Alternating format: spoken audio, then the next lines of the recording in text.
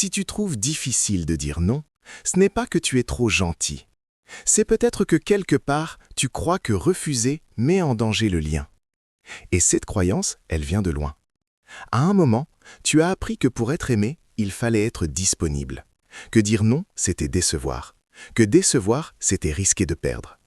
Alors tu as dit oui, encore et encore, même quand tu étais épuisé, même quand ça te coûtait quelque chose, même quand une partie de toi criait le contraire. Et tu as appelé ça de la générosité. Mais ce n'est pas de la générosité, c'était de la survie relationnelle.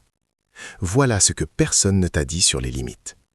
Une limite, ce n'est pas un mur, ce n'est pas une déclaration de guerre, ce n'est pas de l'égoïsme. C'est une information. Elle dit « Voilà où je suis. Voilà ce que je peux donner sans me perdre. Voilà ce que je ne peux pas accepter sans me trahir. » Et les gens qui partent quand tu poses une limite, ils ne partent pas à cause de ta limite, ils partent parce que ta limite les prive de quelque chose qu'ils prenaient. Ce n'est pas la même chose.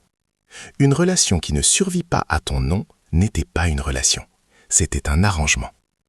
Poser des limites, ce n'est pas éloigner les gens qui t'aiment. C'est révéler ce qui t'aiment vraiment. Alors, ce soir, pas besoin de tout changer.